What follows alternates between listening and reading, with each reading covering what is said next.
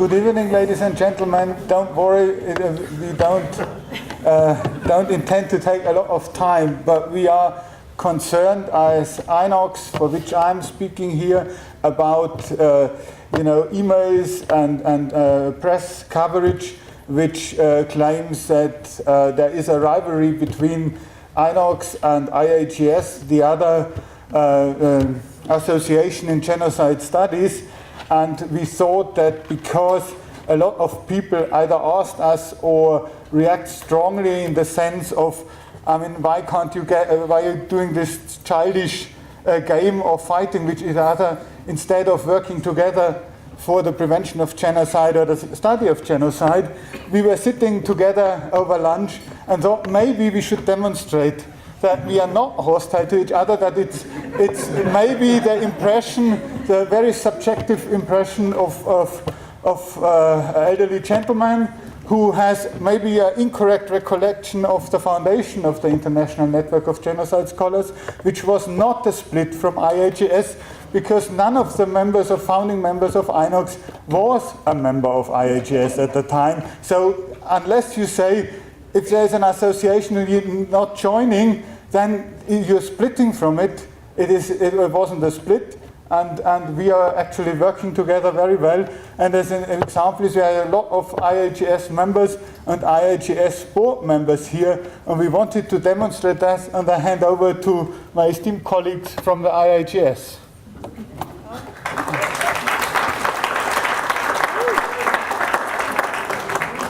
Thanks, Jürgen. My name is Melanie O'Brien, and I'm on the IAGS Advisory Board, as well as the IAGS Journal Editorial Board, Genocide Studies and Prevention. My colleagues from IAGS, Christian Guderhus, who is also on the editorial board of the journal, and Shell Anderson, Vice President of the Executive Board of IAGS. And we just wanted to say that in terms of the rumor going around about the rift between the two organizations, it's completely fabricated and untrue. And there is a lot of collaboration going on between the two organizations, and we love to work with each other, and we have even made wonderful friendships between people in both organizations. There's a lot of us that are members of both organizations. On that note, I would like to encourage you all to come to the IAGS conference next year, which is at my university, the University of Queensland in Brisbane in Australia. There have been some flyers out on the table. It's 9th to 13th of July next year, and the theme is justice and the prevention of genocide. So we like to welcome INOGS members as well to bring together people from both groups. I'd now like to ask Shell Anderson to come up and read a statement on behalf of the IAGS Executive Board about this very issue.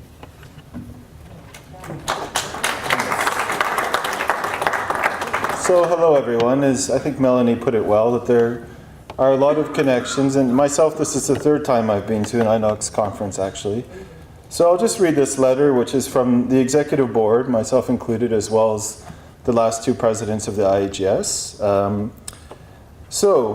Israel Charney is appreciated for the work he has done in the past for the International Association of Genocide Scholars.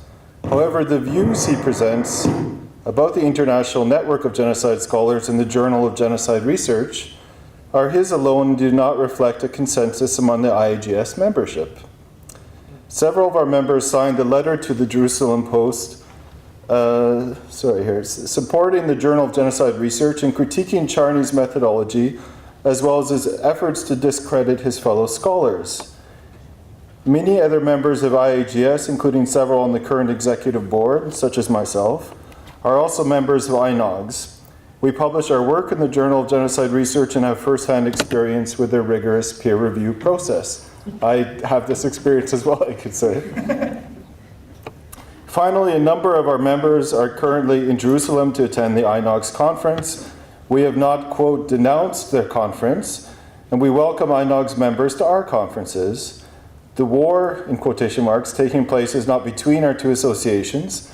We've experienced improving relations over recent years, and hopefully moving beyond past squabbles.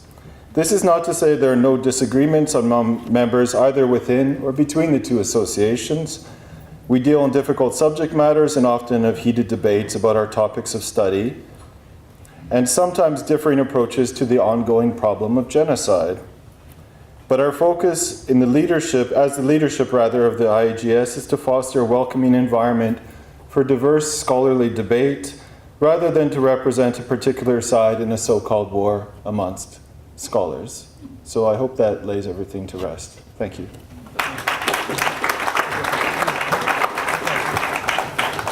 Okay, so in this atmosphere of peace, we can proceed to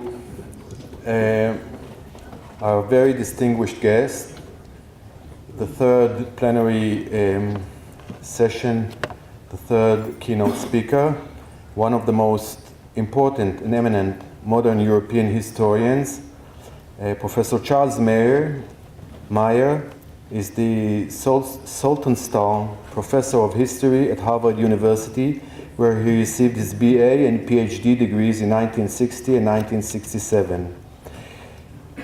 He has also taught at Duke and University of Bielefeld, and from 1997 to 2001 served as the director of the Minda de Gunzburg Center for European Studies at Harvard University, and he is the recipient of Guggenheim, Humboldt, and many other scholarships and prizes. He is the author, among other works, of recently reissued Recasting Bourgeois Europe, was originally published in 1975 and now came out 2015, and many other books, among them Unmasterable Past, History, Holocaust, and German National Identity, 1986, and the list is long. But for me, if I can say, two of his articles are groundbreaking, truly groundbreaking, as they set the terms of not only the debate, but also the discourse. And one of them is the 1993 article, which came out in History and Memory, if I'm correct. A Surfeit of Memory, Reflections on History, Melancholy, and Denial. And I think after the Brexit, his words that I quote here, that connects memory to and politics in this way, perhaps it's a spoiler, I hope it's not a spoiler for this. My own belief is that at the end of the 20th century, Western societies have come to an end of a massive collective project. It is not just a project of the communist or even the socialist left or even the left tout court. It is also the end of at least the interruption of the capacity, or the interruption of the capacity to found collective institutions that rest on the aspirations for the future. And the other one is the other groundbreaking, and I'm not exaggerating, it's not hyperbolic rhetoric, consigning the 20th century to history, alternative narratives for the modern era, which was published in American Historical Review, June 2000, which actually argued, really to make it in a nutshell, that there are two narratives to concise the modernity in the 20th century. One is the colonial or post-colonial, decolonial, and the other one is the Holocaust narrative. And I think here in Jerusalem is the place precisely where these two narratives clash in the most violent way. So Professor Charles Meyer will be talking now, today, on contending and demanding narratives, genocide, slavery, colonialism. Thank you very much, Professor Charles Meyer.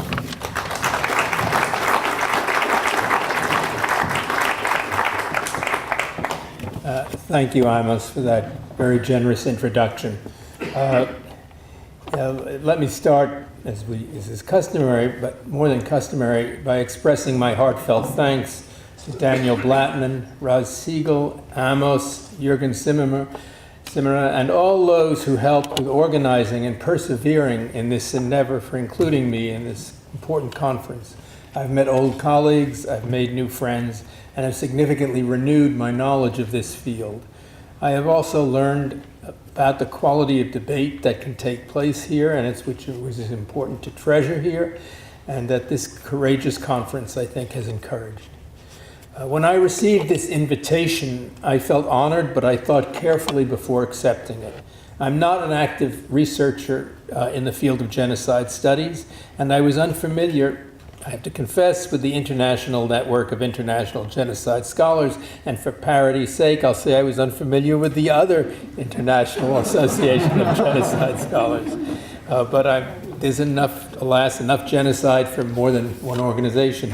I've always argued, as Professor Bauer so eloquently maintained yesterday, that the Holocaust had unparalleled elements, but was also part of a wider class of murderous events. Biologists always classify in terms of genus as well as species, and it makes no sense to deny social scientists the same logic. Once I ascertained that the network, I now defended the same approach, it seemed important to participate, all the more so given the pressures to boycott scholarly interchange and the beleaguered stance of the organizers.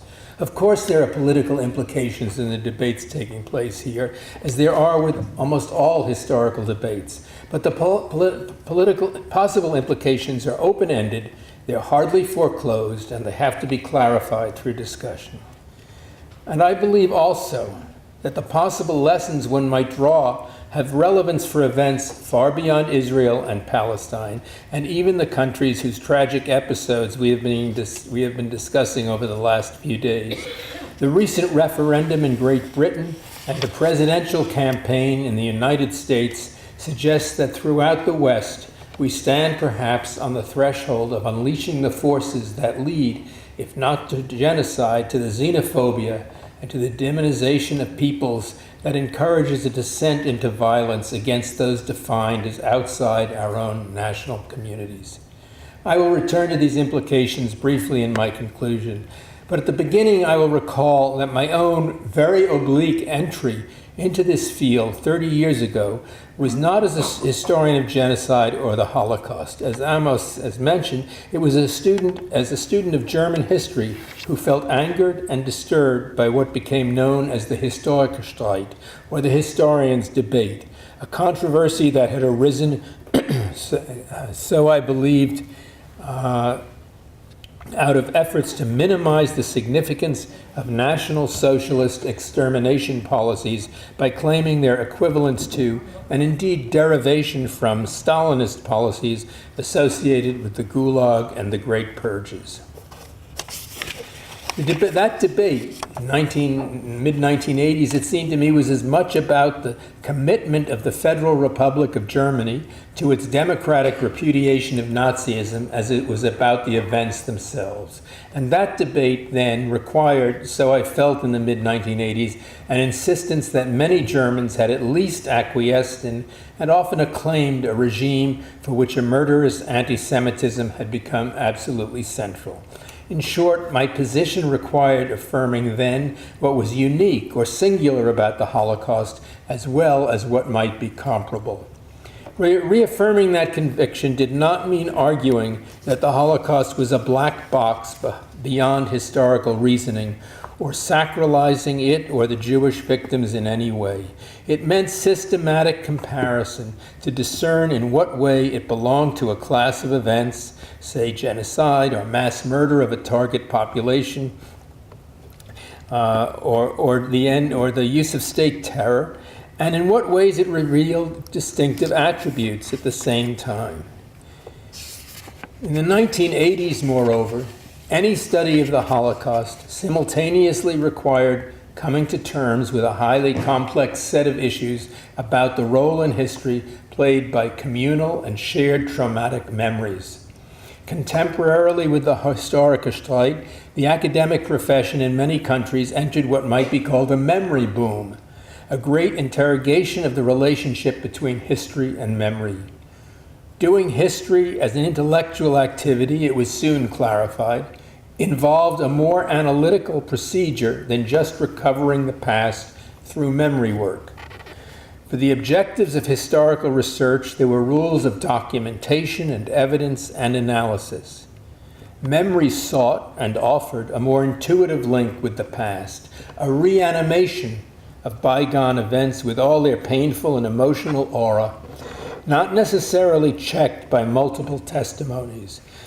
But the two, history and memory, were intimately related, and notable historians turned to memory as a historical subject in its own right. The methodological basis of these investigations was the French sociologist Maurice Halbwach's concept of collective memory, according to which shared versions of history, public commemorations and rituals, and places that instantiated often traumatic events represented a way of aggregating the shared experiences of a community. Perhaps the major achievement of making use of the concept was Pierre Norat's edited collection on French sites of memory, Lieux de Mémoire. Historical research could not be reduced to recovering collective memory, but memory and history seem to resonate against each other. But this approach also entailed certain dangers. Memory studies could encourage the temptation to indulge in a sort of historical melancholy, like this in the title I used in the article that Amos has cited, a melancholy that had an almost addictive attraction. Commemorations of the world wars in particular, but of historical traumas more generally, attracted participants, readers, and certainly television audiences. Historical restorations, reenactments, documents, the capacity of photographs, as well as docudramas to reveal what the poet Lucretius had called the tears of things. All seem to open up a mode of recovering the past that was direct. Many commentators, such as Dominic Lecapra in my country, connected Holocaust memory with the procedures of psychoanalysis, especially the concept of transference, that is, the catharsis provided by reenactment of a traumatic event through memory work. Collective memory was threatening, I think, to become a response to collective PTSD, post-traumatic stress disorder. Might not, however, this was my concern, might not, however, so intense a focus on the catastrophes of the past, wars and genocides, but later all sorts of injuries, all sorts of prejudices, fixate the historian or the reader too exclusively on reenacting the past instead of analyzing it to undertake constructive political action in the future. I think the tide of memory studies may have crested, and that is probably a good thing. We move forward in documenting cause and impact in the events themselves. Colleagues are welcome to disagree, but I suggest to my own students that there is a limited utility in memorializing memory. A second danger of the new historical trend was the one more directly raised by the Historikerstreit, or historians' controversy. Might not insistence on the singularity of the Jewish catastrophe be too exclusionary?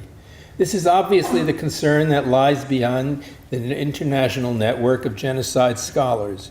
It was the concern that led Yehuda Bauer, from what he said yesterday, to reorient his concepts, as he eloquently told us. Jews, of course, have not been the only people who have structured a history around their victimization, whether as individuals or a people. Poles have described their story as one of a martyred nation. So have Serbs with their defeat at the hands of the Ottomans in 1389. The Irish, too, wrote their history as victims, and the Palestinians have also constructed a national narrative around the injustices they have endured. Tragic experiences, to be sure, are inflicted on many peoples, and tragedies, as we have learned, tragedies that those who were themselves victims could in turn inflict on others in repetitive cycles of bloodshed. What persuaded me to speak to this conference was the commitment, and I think precisely the one for which it has been criticized, to get beyond the perspective of incomparable tribal or national suffering and to examine the many experiences of loss, hurt, and genocide in a framework of shared experience.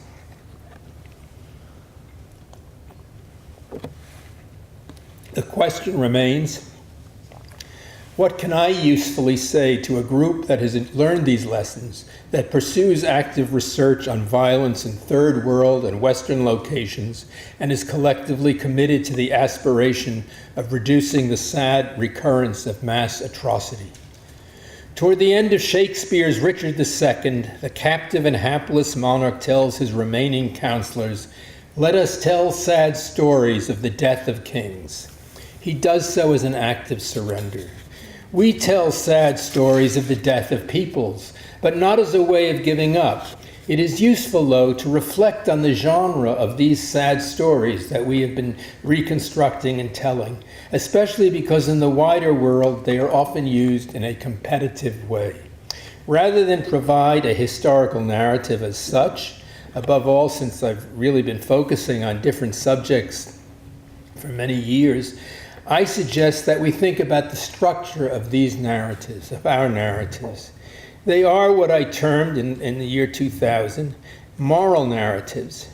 And I was contrasting our moral narratives, which punctuate the way we thought about the 20th century, the way, in a certain sense, Hobsbawm's 20th century was built, with what we might call structural narratives, punctuated by other developments in society. But what these moral narratives are also demanding narratives, as I have called them in the title of this talk. They summon us to recognize, and if possible, to repair or provide reparation. At the least, they leave us feeling guilty when we cannot provide reparation.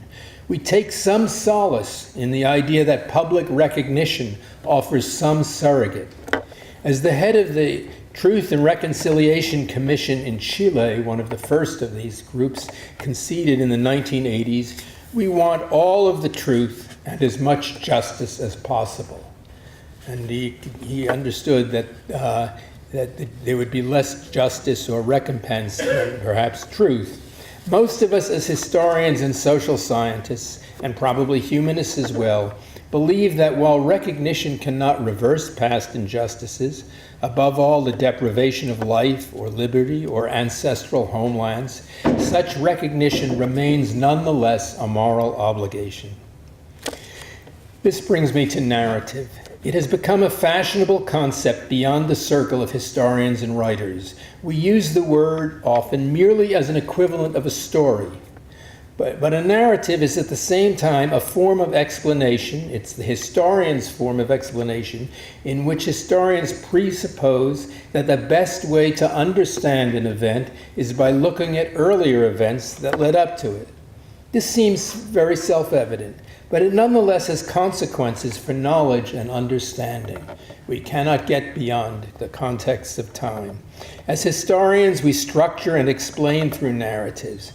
But more generally, and at least in the United States, I'm not familiar with the languages here, narrative has become a popular concept in the discourse of every day.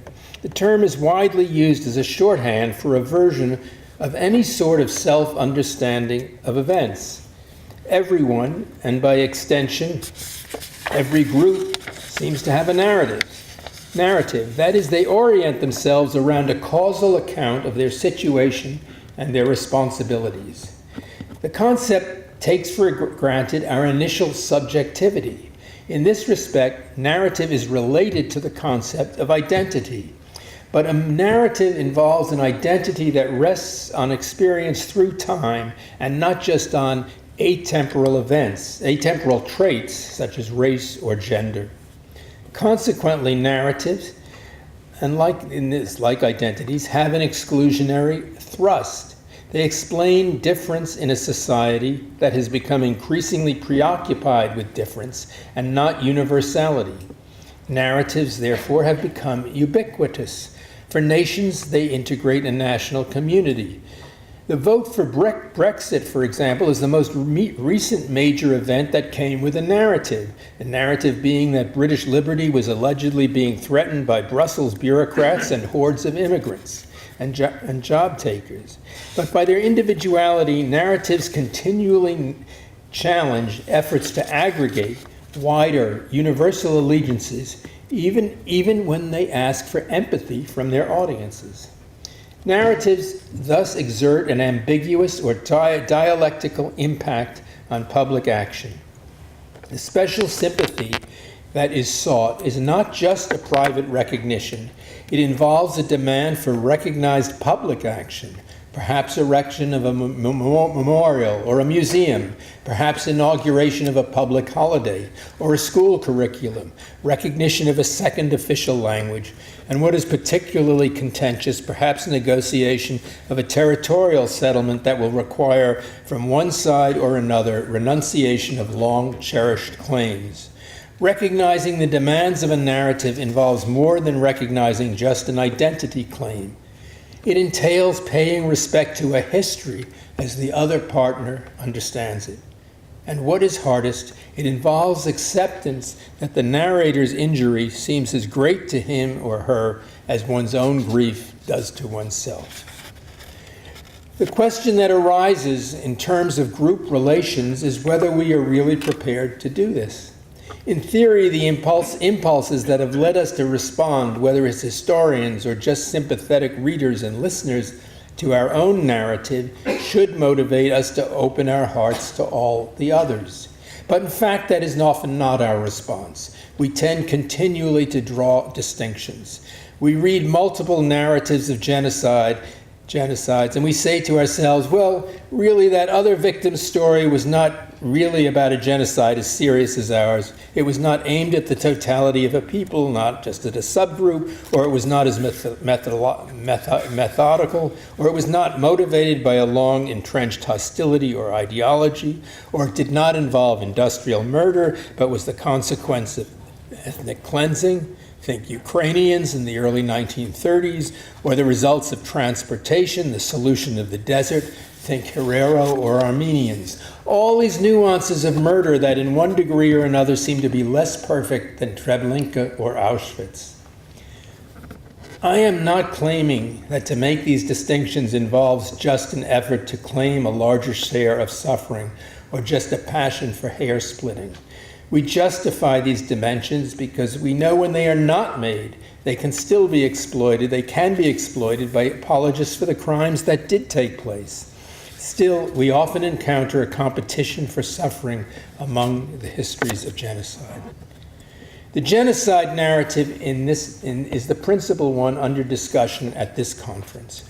Raphael Lemkin recognized that his own concept encompassed ambiguous causality, with responsibilities to be assigned both to populist forces, say from below, and to states from above. In the case of the Tasmanians, for instance, to take an early extinction of a people, it has been told as a sad story of the death of a people by state agencies that proved unable to halt its half-century of unfolding.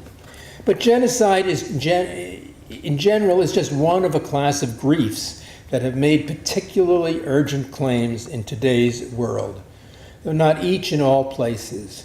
And besides those of genocide, I want to consider those of colonialism, and in the United States especially those of slavery. So too, we encounter at times a competition, not only within accounts of genocide, but between the narratives of slavery, colonialism, and genocide. These narratives have a common logic, and indeed they often overlap.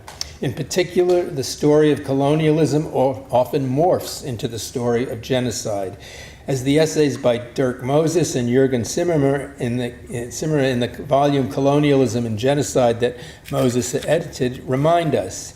Insofar as genocide and mass atrocity emerged as the dominant atrocity narrative, they have been grasped as extensions often of the colonial or dominant racial story. Roger Casement's reports on the Congo and then on Putumayo, and Joseph Conrad's iconic Heart of Darkness suggested a rather seamless passage from colonialism to the willful racialist attack on African and Third World populations. But the colonizing thrust can in many places be separated from genocidal results and told in terms of settlement or economic exploitation. Nonetheless, all these narratives, these three narratives, genocide, colonialism, and slavery, are stories of victimhood. Not to recognize their suffering is in some places an actual crime, that of Holocaust denial, for instance, and is seen as being evidence of a continuing intolerance, whether anti-Semitism or racism. Each narrative presents us with a group of perpetrators distinguished by supreme, if ultimately short-term power. Conversely, each account provides a group distinguished by relative powerlessness, even if they are driven to doomed rebellions and revolt. The powerlessness of the victims distinguishes these narratives from a war story or a military history. In the case of colonizers, the colonizers arrive with advanced weaponry. They can kill almost at will, as was the situation with the British with their Maxim guns at Omdurman, or in what became a would-be genocide, the Serbian conquerors of Srebrenica. In the case of the genocide narrative, the current powerlessness of the victims contrasts often with what their persecutors alleged to have been their former influence. They supposedly had lorded it over their current persecutors, who see themselves as merely taking a long justified revenge. Their former power allegedly consisted of greater wealth. They were a class enemy, or their influence, whether open or occult, think Jews in Central Europe and Greeks and Armenians in the Ottoman Empire, or the Tutsis supposedly favored by the Belgian colonizers of Rwanda. For those who are motivated to tell the story of the victims, the attribution of powerlessness has often presented a challenge. How does the narrator recognize the helplessness of the victims without destroying what has become an important issue in historiography, that of agency? Was there not a flaw among the victims, it is sometimes asked, that led to their ending up in so terrible a situation? For the colonial narrative from the 19th century through the mid-20th, the flaw was civilizational, a backward culture, which one day might be able to handle independence, but was certainly not ready yet or for the foreseeable future. For the genocidal narrative, the alleged defect was the collaboration of the victims with their executioners, the trope of the Judenräte, or those who could not see the handwriting on the wall. Usually Hannah Arendt is cited in this regard, although one could also cite novels such as Bodenheim, 1939, or The Garden of the Finzi Contini. A fundamental tension lies at the basis of these genres. How do we rescue the humanity and worthiness of the victims even as we insist on their helplessness? More precisely, how do we endow them with agency when, scattered and unsuccessful revolts aside, they can do nothing but submit, whether to slave owners who rip apart their families, colonizers who appropriate their land, or mass murderers who take their lives? In the slavery and genocidal narratives, and in some of the colonial narratives that verge on genocide, as in the case of the Belgian Congo, the key musical interlude. The key operation attributed to the perpetrators is the dehumanization of the victim, such that affective bonds or empathy become impossible except for heroic exceptions. For classical specimens, recall again the fate of the Tasmanians, reduced to extinction, or the Musselmänner in Primo Levi's Auschwitz. Once dehumanization becomes convincing, murder or enslavement raises no moral compunction. Quote, no false philanthropy or racial theory can convince sensible people that the preservation of a tribe of South Africa's Kafirs is more important to the future of mankind than the spread of the great European nations and the white race in general, wrote Paul Rohrbach in his popular 1912 work, Die Deutsche Idee in der Welt. Not all the horror stories are genocidal, and not all are inflicted by Western powers. Some are mass atrocities that escape control or are calculated to cow resistance. The British suppression of the Indian Mutiny, the Nanjing Massacre of 1937, the Sétif repression by the French in Algeria, the wave of lynchings, including burnings to death, as well as hangings in the American South as late as the 1920s, all designed to keep Negroes in this, quote, Negroes in their place by exemplary and extra-legal torture and execution. It is hard to claim that one or another of these stories is more tragic or more unbearable. Neither would I claim that they are equivalent. Each is distinct. Each makes a claim upon our human sympathy. Let us not forget either the list of mass atrocities in the global south in which colonial powers played no real role, or at least no direct role. The Indonesian massacre of alleged communists in 1965, perhaps with a toll of 500,000, the political murders on the part of the Khmer Rouge, the depredations of the long civil war in Sri Lanka, and as UN Special Representative for the Prevention of Genocide, Dana Dieng, reminded us the plight of the Rohingya in Myanmar, or Burma. Perhaps inevitably, however, they have often become rival narratives. That for each of the authors and many readers, their narrative, so that for each their narrative deserves a certain priority. Dirk Moses has written, the genocide of European peoples in the 20th century strikes many American, Anglo-European, and Israeli scholars as a more urgent research question than the genocide of non-Europeans by Europeans in the preceding centuries or by post-colonial states of their indigenous populations today. But the reverse often holds. In the post-colonial world, the long record of imperialism, even without genocide, just its deprivation of self-government and perpetuation of socio-economic subjugation, makes what Arno Mayer called the Judeocide a particularly Western preoccupation. The violence perpetuated by colonial and post-colonial powers, the outright extermination of Tasmanians, Argentine Indians, the exploitation of the Congo for rubber, the massacre of Punjabi protesters in 1919 by the British, the repression of Iraqi and Syrian resistance in the interwar Levant, the British executions in Kenya, and the French wars in Algeria and Indochina play a formative role for the global South that overshadow probably whatever universal lessons the West draws from the Holocaust. The colonial narrative has played an ambiguous role in the United States. The occasional claim, mostly in the 1950s, in the Cold War, that the United States had the experience of being a colony, which was supposedly to suggest a sympathy for third world or Bandung nations, never seemed convincing outside policy circles. Only in recent decades have American scholars been willing to concede the country's own expansion across the continent as a story of empire and colonization, and sometimes genocide. I personally dissent from the latter, but certainly empire and colonization. But this interpretation has been gaining influence, especially as the history of Native Americans has also emerged, and even the paradigm of, as I said, of genocide has been deployed. Outside Europe and the lands of Anglo-American settlement, the narrative of colonial exploitation played an absolutely formative role, often relegating the Holocaust, as I mentioned, as a parochial European concern. Germans with their helpers managed to murder 6 million Jews 70-some years ago, but white Europeans ruled and despoliated hundreds of millions of Africans and Asians and sold 20 million into slavery. Cumulative Western policies in the Congo, including the United States support for President Mobutu, helped condemn that vast country to a decades-long war that had a toll of perhaps 3 million victims or more.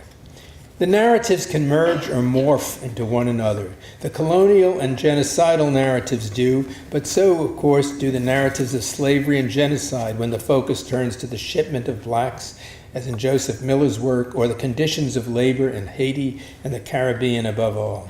But each narrative, this is crucial, each narrative also enters a highly contested political space which it also further helps to articulate. Each narrative has played a key political role in the last generation. In the United States, the slavery and post-slavery narrative has had the greatest policy impact. Slave narratives played a major role in stimulating American abolitionist sentiment before the Civil War.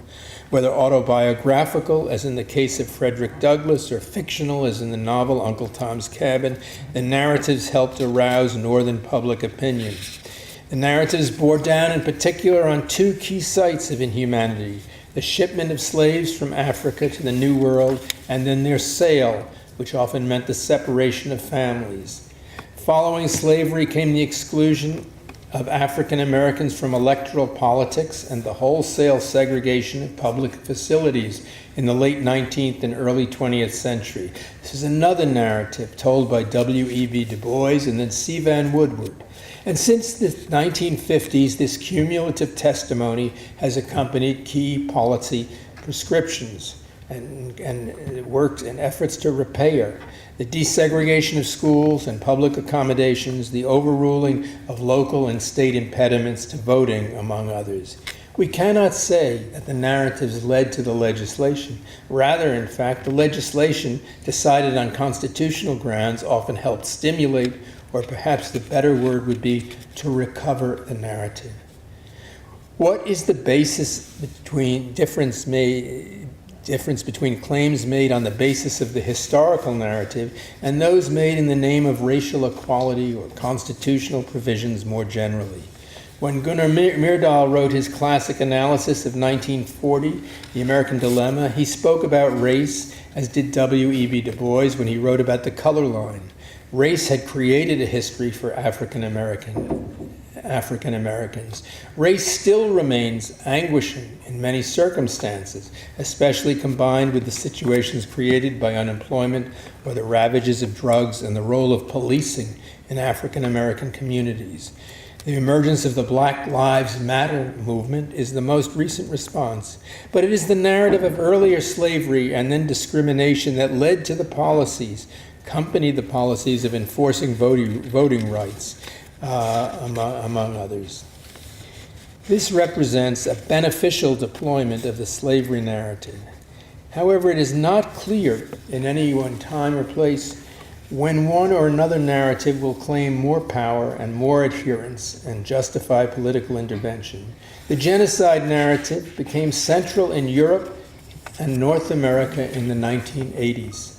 In North America, the Holocaust narrative has been deployed far beyond the Jewish constituency that came to press for its memorialization. Most recently, United States policy has been interrogated in terms of its alleged bystander role during episodes of genocide, whether in the case of former President Clinton's remorse about not acting in Rwanda or Samantha Power's summonses to intervene. It has prompted a major debate about R2P, the so-called responsibility to protect, which has refined the concept of humanitarian intervention. Nonetheless, the doctrine of R2P, taken up by the UN, hardly solves the problem of which populations deserve protection or when it seems feasible in political terms.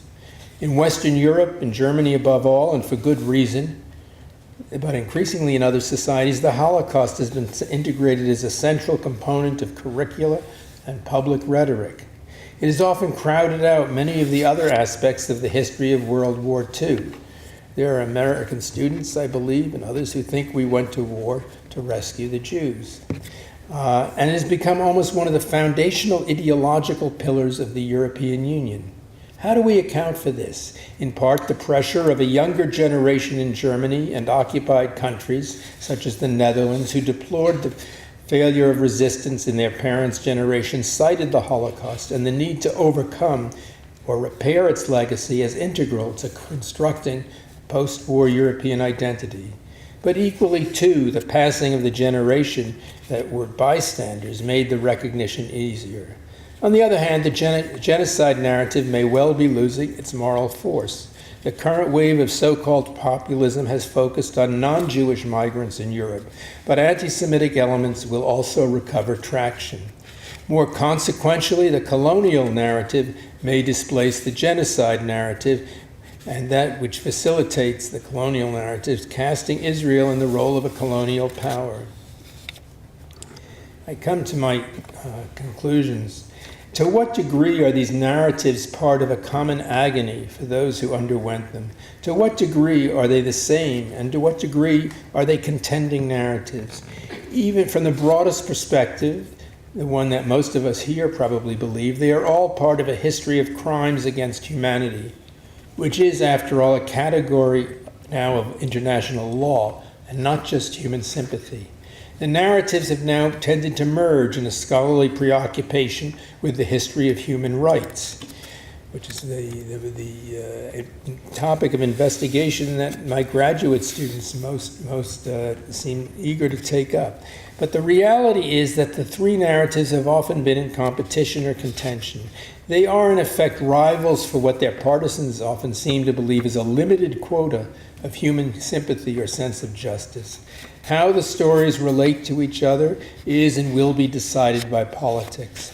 Those of us at this conference and in this network want them to be reinforcing so that all can be overcome together.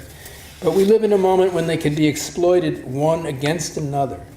Officially, the narratives are intended to complement each other. The so-called lessons of genocide often amount to a rather banal allegory of tolerance. What we should not allow, whether as historians or moral actors, is that one or more of the stories delegitimizes or minimizes the others. Let's face it, it is hard not to claim a special status. It is hard not to claim a special status for one's own suffering. However, to close ourselves off to the others by inwardly insisting that their narrative is less compelling or is worth less is to learn precisely the wrong lesson. I have sought to raise some rather abstract issues about the narratives that our Congress has discussed. It would be comforting to think that they had passed into an era that was really closed. Slavery may be gone. Colonialism, formal colonialism, really, may be over. Perhaps we really can avert or minimize future genocides. But permit me in conclusion to mention contemporary situations that suggest how difficult it is to transcend history.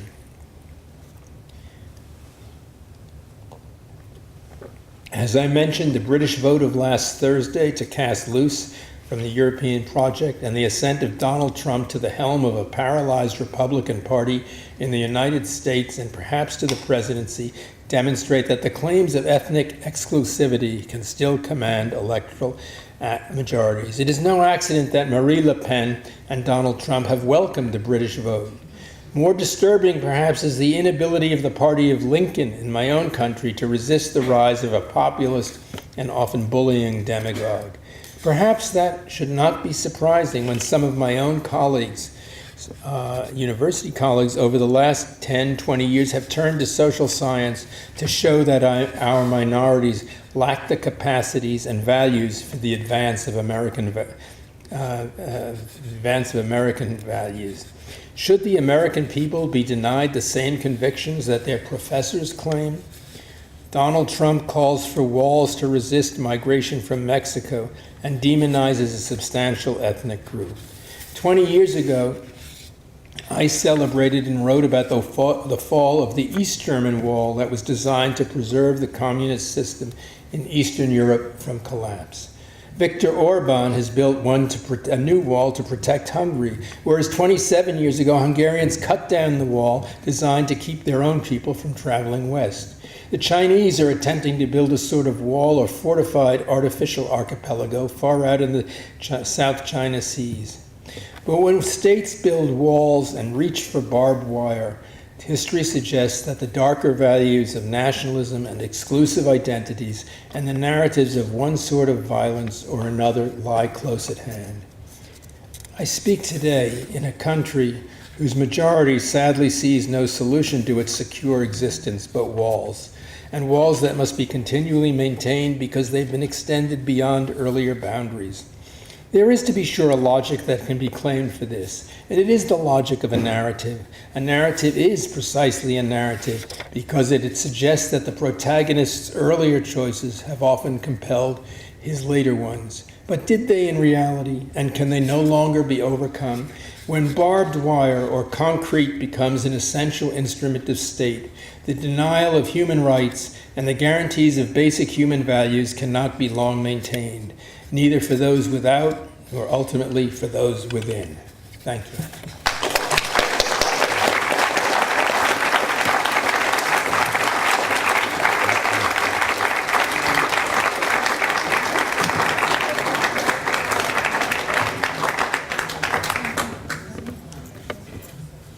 I said yesterday to some friends that Professor Charles Meyer has the brilliant capacity to say in a mild language explosive things. I think we got a demonstration of that. Now I invite the floor and invite questions for the audience, please.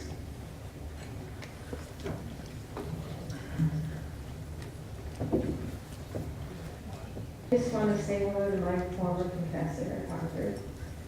1967, he taught a course on totalitarianism. I think it was a graduate seminar. European fascism. I remember it. I did too, actually. I barely passed it, but that's why you're there. I didn't say I can't. I said I was your student in 1967 in a course on European fascism. I really like the way you began your talk about that we should not, as social scientists, refrain from classifying or making distinctions. And I think that that's a really interesting talk that I didn't hear tonight.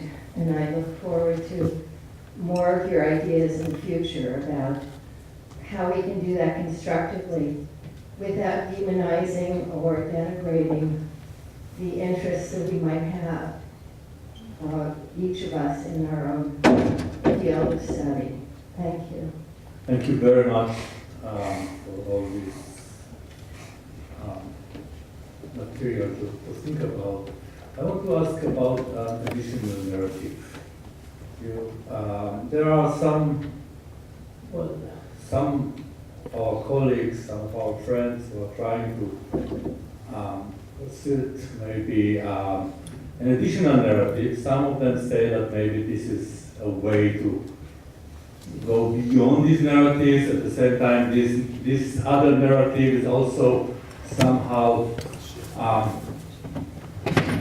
highlights also the differences between, let's say, center and global periphery. And I'm talking about the ecological narrative. So I wonder, how do you see this discourse of the ecological narrative in regard to this competition between the other three narratives? We're going to take one more question. Okay, otherwise, okay. Well, to my former student, thank you for coming back. Yes, it was the first course I taught, actually.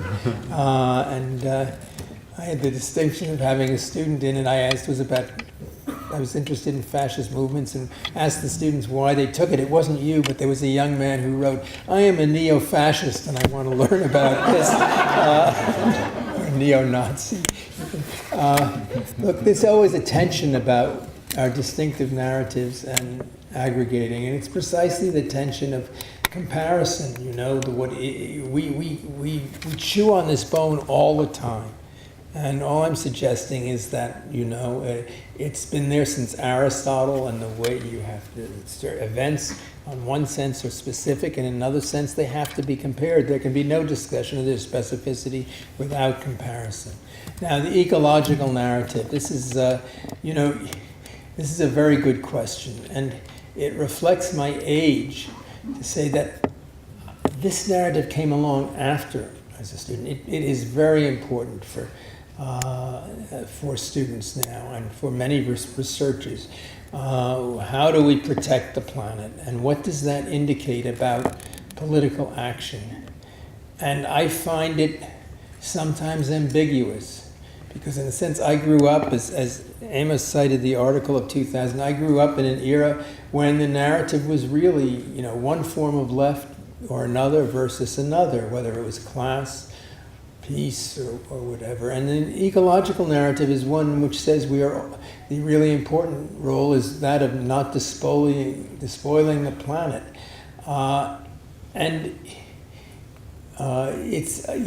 It is a consensual, it should be a consensual narrative. But it is, and so far it has been, but it's obviously taken, it doesn't necessarily fit in very easily with these other narratives. For many, though, it has still a narrative. It's a privileged narrative. It's easy for us in the developed world to give primacy to ecological considerations, to talk about transportation and energy, but it is a narrative which many in the third world can see as one perhaps directed against their aspirations for development and others. So I'm not sure how it will play out, but it obviously is here, and certainly one could pick different narratives for discussion in a different conference. One would. I don't know if that can answer your question. Yes, please.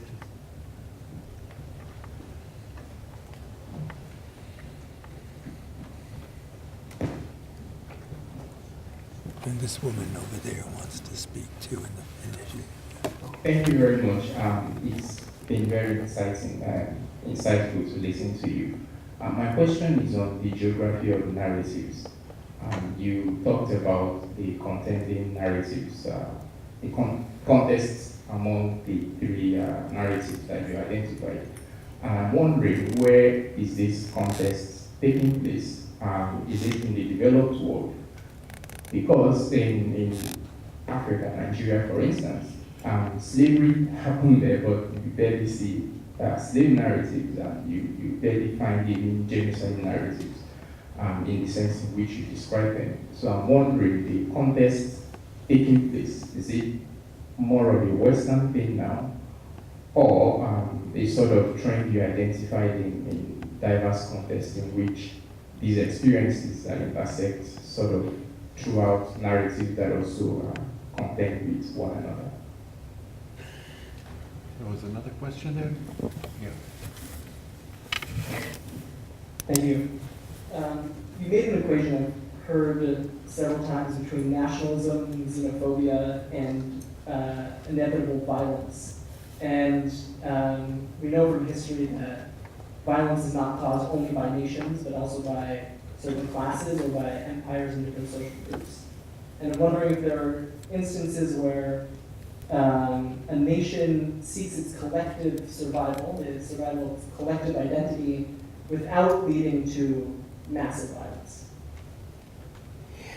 I guess it seems to me that the slavery narrative, I haven't been to Nigeria. I've only been to Senegal and in South Africa, in Africa. It seems to me that, and I keep up with, I have some Senegalese historian friends, but the narrative of slavery, I think, is not a contentious one in Africa, or it shouldn't have to be. It might be opened as one if because Africans were deeply involved with the slave trade and provided